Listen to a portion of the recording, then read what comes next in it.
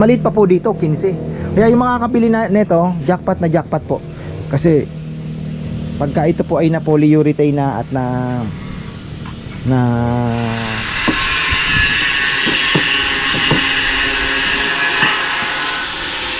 ito yung inaano ko. Ayan na oh, ganda na, pula. Oh. Ito ipa-final ano pa po yan. Ayan ang kulay niya.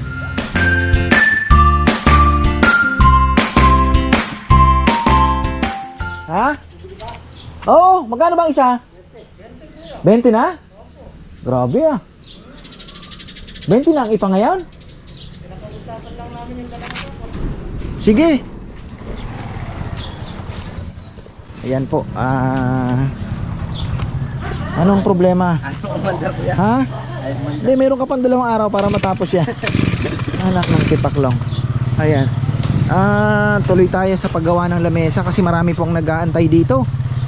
Tapos si Nelnel, ayan, gumagawa po ng yung mga paan nitong 3 gagawin nating bench. Tapos nagpahanap ako ng akasya. Kahit ewan ko kung may makukuha tayo na pwede nating gawing bench. Kasi gusto kong ibenta ito. May bench na. Gaya po nito oh. Ayan, naka-bench na yan. Ito oh. Ayan, ayan, may upuan na po ito. Ito kasi medyo mahaba. Sabi ko 9 feet eh. 9 feet. Ito pang lamesa.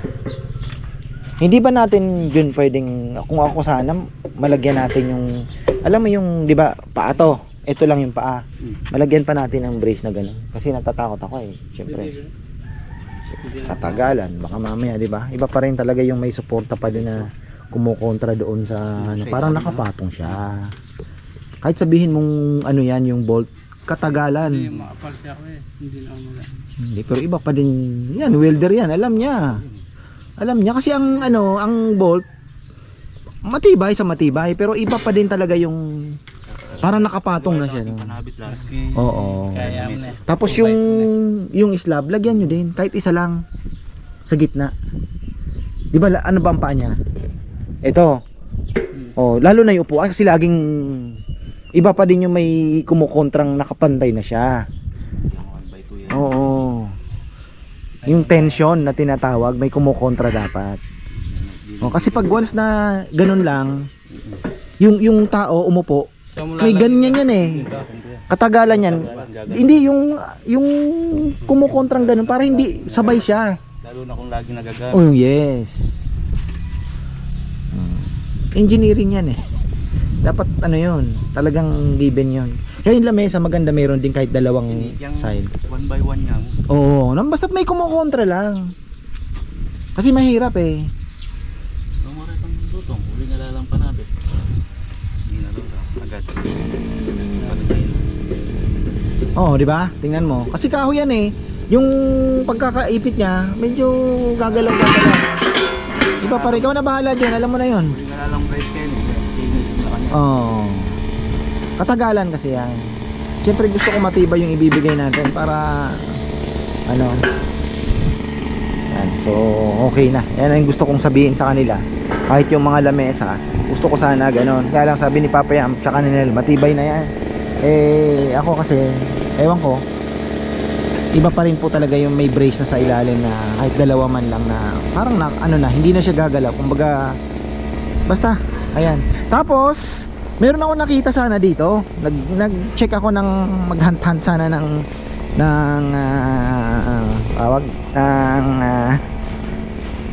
furniture. Kaya lang ang mahal naman ng benta nila. Meron pong ako nakita sana Nara, bilog, coffee table din. Sabi ko ang ganda. Kung makukuha ko kako itong 10,000. Kaso 15, sabi ko wag na. Tinalikuran ko. Mas maliit pa po dito, 15. Kaya yung mga kapili na nito, jackpot na jackpot po. Kasi pagka ito po ay na polyurethane na at na bigyan na natin ng ano na finish na to, napakaganda. Kamachile, rare find, napakagandang tambayan, matibay. Ayan. So 15,000. Bilog lang na ganun. Ganito lang, kalahati lang po nito. Tapos 2 upuan na putol na ganun. Tapos pag ganun, 2 upuan. magkatapat. Nara daw yun. 15,000. Sabi ko, wow, too much. Masyado naman nata. Yun ba magagamit pa? Yeah. O sira na yung kahoy na yan? Ganda pa yun eh. Oo. Haba. Hindi, puputulin natin na ganun. Pwede pang coffee table yan. Oo, yan, ganyan.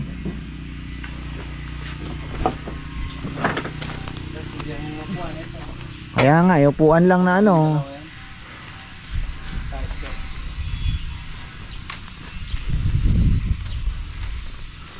Tapos, yan, solar natin, ayos na ayos. Meron na po pala tayong bill. Dumating na po yung ating bill. Nakita ko sa online kasi chinek ko sa online. Tamang tama yung computation ko. Tama yung data na binigay nung ano. Di ba sabi ko po nasa 10 to 12,000 pa ang babayaran. So 11. Saktong sakto. Tama yung analysis ko for the di ba? So yung analysis natin is tama. Sabi ko nga at marami pa tayong pwede pa nating tanggalin yun. Nakausap ko naman na si Gian, pero sabi ni brother, sabi niya bro, kailangan na natin i-push talaga yung net metering mo. Kung magne-net metering na po tayo, hopefully yun po talaga ang pinaka the best. Ang akin lang, ipupush ko din na okay na net metering na, pero itong setup na to not enough to make it zero. Kasi ang goal mo talaga dyan is ma-zero eh. So sa tingin ko 2 batteries or 1, pero much better if 2. Tapos net metering and dagdag tayo ng panel pa doon sa likod para mas marami po ang harvest. Kasi ngayon tag-ulan na papag-aralan ko, may mga time na talagang hindi tayo nakakapuno ng battery. Dalawa lang yan with 17.7. So ibig sabihin talagang pag makulimlim, enough lang po yung ginagamit namin. Pero kung papatayin mo lahat ng gamit mo, mag-charge ka lang, mapu-full charge mo. Pero given kasi sa nagaano pa tayo may continuous yung gamit natin ng kuryente, di ba? May aircon kang binubuksan sa hapon dahil nasanay na rin po yung mga bata, plus yung mga konsumo mo na washing machine. So may continuous pa rin po na 2 kilowatt, 3 kilowatt na consumption na average. Ngayon, so enough lang po yun na minsan kumukuha pa sa grid, minsan naman sakto lang. Minsan nung nakaraan 85% lang na charge, nung nakaraan 73. Pero nung sa Friday, last Friday, zero talaga, wala. Sobrang kulimlim at umuulan-ulan pa. So wala. Pero may naha-harvest. May naha-harvest po. May na-harvest pa rin, may na-produce pa rin po na ilang kilowatt na nakatulong pa rin para mapababa yung consumption natin. Yun ang kagandahan po ng hybrid. At kung wala po palang battery advice ko lang, ano ko lang po sa inyo. Wala palang pag brown out ka din pala. Yun pala yun. So ganun pala pag grid tie lang na walang battery. Pag brown out ka din. So napakaganda pag nagpa-setup po kayo, hybrid na. The best. Wala na kayong gagawin. Merong automatic switch pag nag-brown out, papasok si battery. Tapos ang hindi ko lang alam na tanong kay Gian kung pwede bang mag-charge din from grid. I-charge na yung battery. Let's say kasi may mga chances na pwedeng alam mo magba-brown out mamayang gabi, may malakas na bagyo, hindi ka makapag-charge pero may kuryente pa ngayon.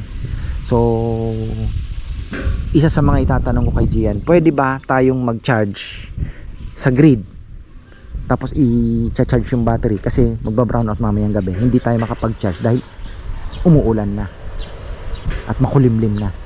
So yun yung mga pwede natin hindi ko lang po alam kung kayang i-program nila yan, pero sa tingin ko pwede kasi sa generator nga daw pwedeng i-charge yung battery kasi ganun parang wala ka ng brownout. Let's say may mga senaryo na may parating na malakas na bagyo at malamang mag brownout ng gabi, drain yung battery mo 20%, wala kang battery ngayon.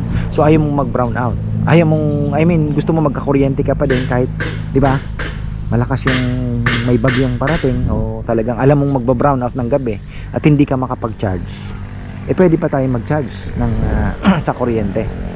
So yun po yun. Ngayon 11,000. So ang pinaka the best talaga is net metering, dagdag panel, 2 or plus 1 battery. Kasi mas gusto ko yung 2 kasi mag brownout man sa gabi na mahaba, ang convenience po ako doon ako nagsaside na, let's say, 'di ba, sa convenience din na may kuryente ka through the night, 'di ba? Kung kulang man 1 or 2 hours na lang siguro 'yon. Tapos yun nga, yung itatapon mo dahil napakarami nating mapuproduce during summer, makaimbak tayo ng marami kay Pelco, and then sasabihin mo, sayang, ang dami mo namang na hindi naman babayaran ni Pelco yan, di ba? So wala namang silbi yan. Gagamitin natin yun sa tag-ulan, kasi tandaan ninyo, pag summer marami kang harvest, mag-ipon tayo ng mais para sa tag-ulan. Parang ganun lang, sa tag-ulan talaga magagamit mo yun. So kahit maghabagat man ng, let's say, makulimlim ng 1 linggo o 2 linggo, talagang may mga time na hindi sumisikat talaga yung araw, hindi ka makapag-charge, puro grid ang gamit mo, is okay lang kasi marami kang pondo. Yun po yung kinaganda sa net metering. Kaya maganda din ma-push natin, at medyo kailangan talaga nito ata si Gian, marami namang connection din. Kailangan, sabi niya, bro, ano na natin, i-push na natin yung net metering daw. So ayun, sana kasi malaking bagay po 'to. Yun talaga magpapasiro ng ating bill. Ayan, si Junjun, na ko na yung gusto kong mangyari sa mga lamesa natin. Sana makahanap ng bench.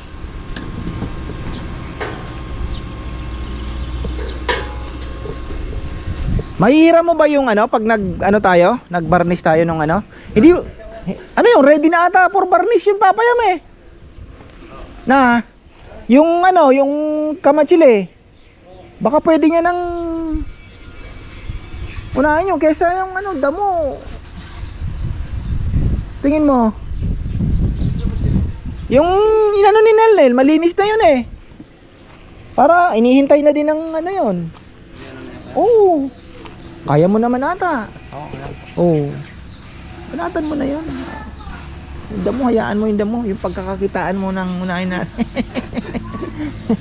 Di ba hinihintay na yung kamachile na mayroon ng may-ari na, no? Oo. O di ayusin mo na kung para polyurethane tsaka yun ang priority natin ngayon. Kasi ano pang ginagawa? Din. Sina Kongkong, si Rizal, dahil marami naman na po sila masyado dito. Ayun, nagpahakot ako ng mga ipa. Si Kongkong mamaya mag-abono ng nyog. Tapos si Rizal ay ayan dito, kasi ala-alalay dito. Ayan, wala, baba ng tubig natin. Binuksan nila dyan sa side eh. Nagugulat na lang tayo, may malaki ng ayungin. Nakakalikalimutan lang natin Pero may jaguar, ang laki na po. Grabe, magugulat kayo.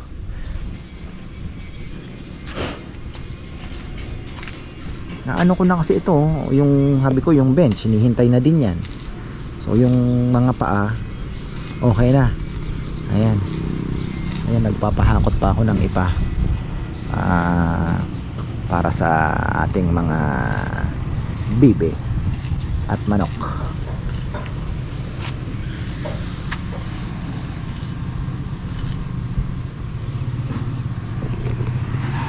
Tapos, di ko pala nasabi, sa net metering kasi, kaya sabi ko, di ba, kailangan po natin makapag-export ng mas marami. Kasi 1:2 ang labanan dyan. Bibilhin po ni Pelco ng mas mura, tapos pag binili mo uli, regular price. So, parang 1:2. Kung kumukonsumo ka ng 30 kilowatt sa gabi, hakot pa. Marami pa ba? Hakot pa. Ubusin nyo. Yung kailangan mo ng 60 na ma-export para makasiro ka. So, sana naiintindihan po ninyo. Simple lang naman po ang analysis niyan. Kailangan lang talaga is pag nag-net metering ka is sobra-sobra yung atong mai-produce mo na ma-export mo, makapag-export ka talaga ng mas marami. So, ayun. Sina Doc Gonzales, yung ni Bebe, ay na Chichi Pedya, nag-usap kami kahapon kasi nagpa-check up. Sabi niya, ako naka-grid tie. Sabi ko, Doc, magpa-battery ka kasi iba pa rin yung hybrid. Malaki din na nababawas. Kaya lang, sabi niya, pag brownout kami, brownout din kami. So, na kasi yon, hybrid na po ngayon ang pinaka-the best. So, ayun. Si Jomar ayun, ano na naman. Unahin na muna yun. Hindi ko kasi nasasabihan si Papa Yam, sila maghahanap ng trabaho kung ano. Ang priority natin is yung ito muna. Yan po ang priority namin minamadali kasi Sabado Linggo wala na naman trabaho. Jun lang ang ano. So meron silang 2 araw na lang. 3 para matapos po yung mga bagay-bagay. Ilan yan? Ilang sako lang yan? 5 lang. Ilan ba nagkasya? 7. O di, kumuha pa. No, ito kasing bench, minamadali na din po yan. May ano, kukuha na yung bench na to. So, ito, 2 to eh. Ayan eh.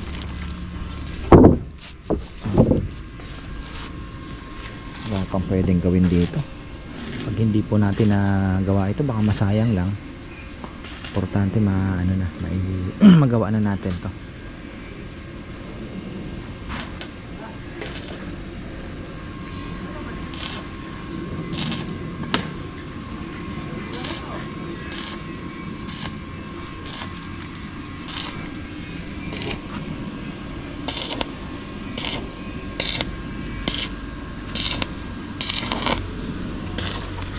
Simpleng paano lang gawin natin dyan. Bilis ba? Ay, si Nelnel nag-ano na ng pangpaa.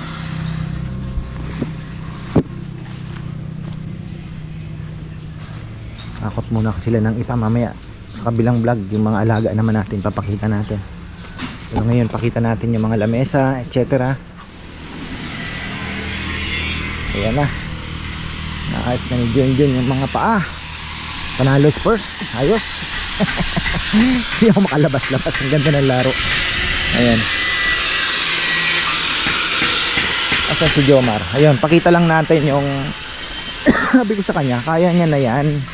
Kasi kailangan nilang pag-aralan. Kasi yan yung magiging mga extra work nila para naman tuloy-tuloy ang trabaho. At the same time, may income tayong konti, di ba? Aba.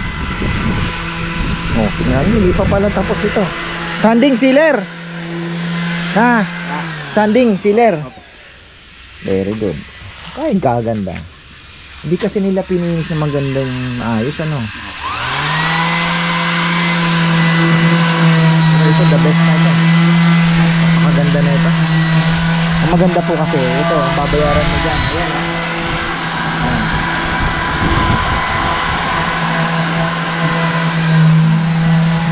Parang yung kalesa namin to.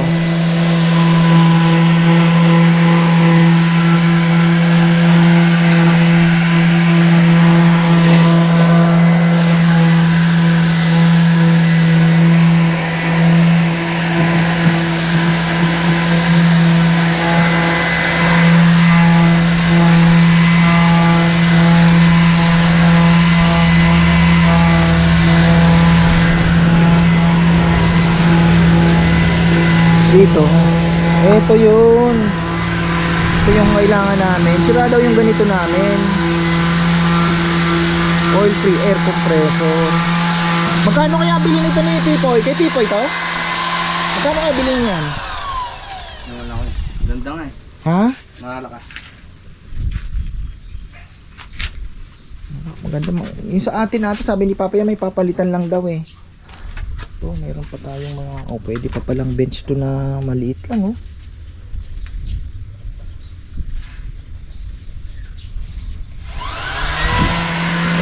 Sabi ko pag naayos to, kabagay working area to eh. Pag nalinis to, pwede si Papa yan mag-alaga ng ano dito. Pero doon marami naman.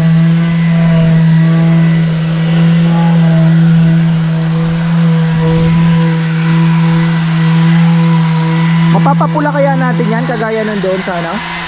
Yun doon, may hinaplos pa bang tinting color yon doon sa yung kalesa natin? Pinagmasilyan. Ha? Pinagmasilyan. Anong pinagmasilyan? Yung butas. Yung Hindi. tapong nilagyan. Hindi ibig sabihin yung mapapapula natin kagaya nun, yung Hindi ko yan, kung ano yung kulay nito lalabas. Lalabas talaga. Eh bakit yun mapula? Parang mapula siya. Wala naman siya may lagay doon. Wala na yan, ha? Kamatsili din kasi yan eh. Dapat pumula din yan, ano? Oh.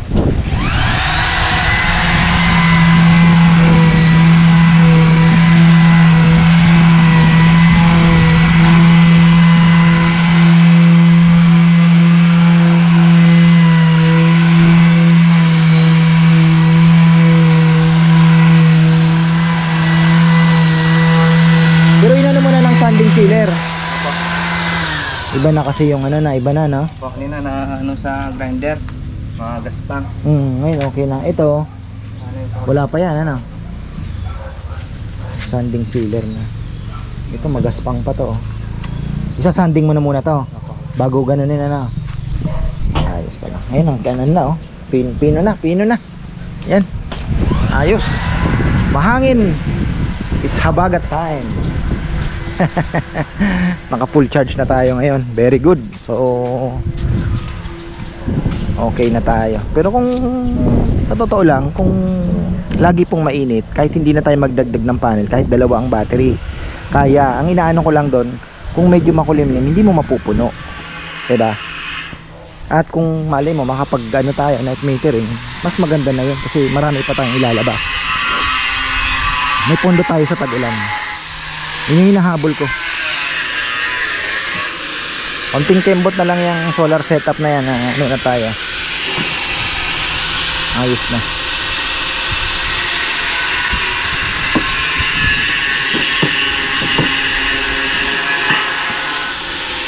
So yung inaano ko, kahit tubular lang nakadikit dito, connected doon para at least may kumukontra pagka ano.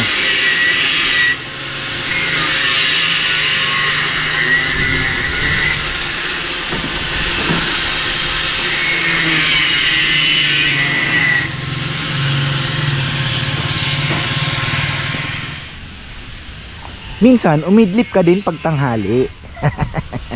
Ayan, shout out pala sa ating mga kaibigan. Ito yung example ng sampalukan. Nakikita niyo yan, may mga buto. Ito po yung Changka Piedra. Oh. Actually kahit saan marami po nito, pero pagka tag-ulan naglalabasan po kasi ang dami niyang buto. Ayan. Oh. Marami na po kasi ang nagtatanong sa akin. Ngayon sa Shopee po dito sa Pilipinas, maswerte tayo kasi ang mura lang ng capsule sa Shopee. Hindi na po kayo maglalaga at napaka-effective, kaya ako po sinishare. Wala naman po akong kikitain dyan or what, basta ako pinopromote ko lang kung ano po yung aking nakita. Kagaya nung honey, nakita ko masarap yung honey, pure. O yan, nilagay natin sa kainan. Ngayon naman po, ako naman, kung gusto nyo lang, kung kayo po ay may problema sa pag-iihi, subukan nyo po yung aking iniinom, Changka Piedra with, yun nga lang walang Doc Natural sa ibang bansa. Marami po kasi ang nagtatanong, kagaya ni Brother Ben Corpus, ayan, nagtatanong, foamy din daw kanyang ihi. Brother, kachat lang kita kanina, yan. So try mo, sa Amazon po meron nabibili, Changka Piedra lang. Ayan, at gusto ko lang batiin ng ayan, birthday ko na pala bukas. So, unang-una nagpapasalamat po ako sa Panginoong Diyos sa walang sawang biyaya at walang sawang gabay sa aming pamilya. Siyempre, panibagong taon na naman po na nakalipas at blessed na blessed po kami. Ako po, siyempre, yung health ko, ayan, kahit medyo tumataba, pero so far, okay pa naman. Yung mga biyaya na yan, kagaya po ng mga sampalukan na yan, pinadiscovery sa akin kasi medyo kinabahan po ako nung nakaraan dahil medyo foamy nga yung ihi ko. Sabi ko naghanap ako ng ano bang pwedeng gawin, tapos ayun, effective naman po, kaya sinishare ko yung Doc Natural. Tsaka inuna ko yung Doc Natural tapos nung sinabayan ko po ng sampalukan, parang sabi ko mas effective talaga ako na pagsabayin din. Stonebreaker kasi yung sampalukan. So ayun, ito babatiin lang natin si Kuya June at Ate Amy Bukade. Happy 52 years of marriage pala, yan, anniversary po nila si Kuya June and Ate Amy Bukade. At happy 49th year anniversary din June 15 Lorna and Jimmy Bautista. Oh, so ayan at shout out din pala kina Ben Corpus, kina Maynard Mariano, yan, brother Maynard Villones, syempre ayan brother, kumusta ka? Ingat palagi. At syempre, sino pa ba? Sina Kuya Eric at Ate Alicia Felix, syempre lagi pong nakatutok sa atin. Sina Tita Boots Mercado, Tita Louie at Tita Susan. Ayan, Tita Joey Mercado and Tita Boots. Ganon din kina Tita Susan at Tito Luis Laconico, syempre naman. Si Tita Susan, sabi nga ni Tita Susan, ikaw, sabi ko, tita, sa'yo palang jackpot na eh.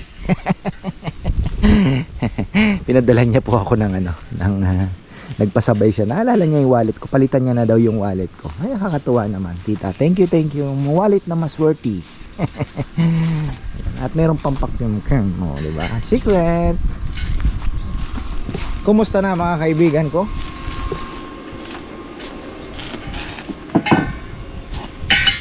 Ito Nel. Para yung ano na to, mga ganun-ganun ano. Dahil pa ako. Oh, paano? Paano upuan? Upuan. Saka bibili nga ano kaya? Nagtatanong pa nga lang ako eh. Kung mayroon sana eh. Maganda sana, makahanap tayo. Ilang feet ba? May 9 feet? 9 feet. Wala naman pala. Almost 8 lang, no? Sabihin mo na 8 na, no? Para at least ano, masyadong mahaba, no? 8 feet lang para may allowance. 8 feet lang pala. Sabihin ko kay James, ano makakuha siya? Ano yan? Kumustahin natin si Jom, man. Magpapahinga pa ba si Jom? Umalis? Ha? Saan pumunta? Aro? Talaga matatapos yung ano yan.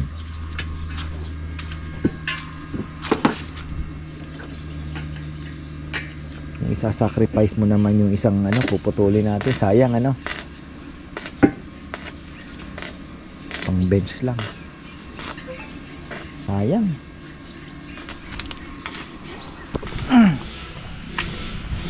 Ayan excited ako dito sa magiging outcome na sa ginagawa ni Jomar na to. Ang ganda po ito. Ayan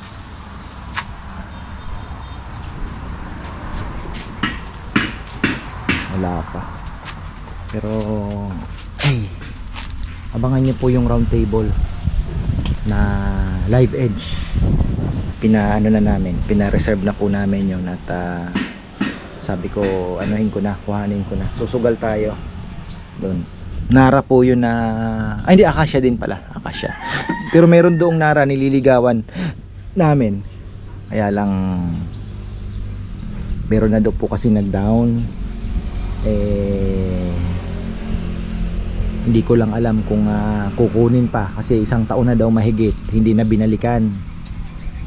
So ayun, malay natin hindi na kukunin, hindi kunin natin. Ito yung mga pang bench natin na mga maliliit lang. Gagawa tayo ng mga coffee table din. Ayan mga bench natin, diba?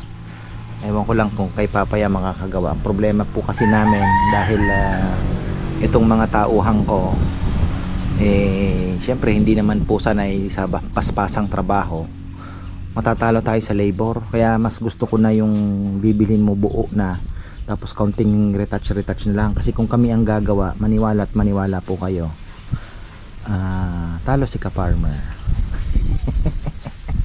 Talo po tayo kasi hindi naman sila diba?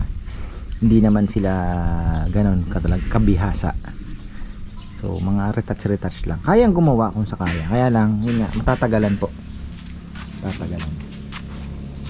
Hindi kagaya ng mga skilled na talagang, yan, tapusin mo yan ngayon, di ba? Kagaya po nito, kung skilled ang gagawa nito, actually, ang bilis lang pong titirahin. Isang araw lang, kayang-kaya po itong liyahin, masilyahin, di ba? Lahat. Pero yun nga, tingnan nyo, tatagal tayo. Ganda.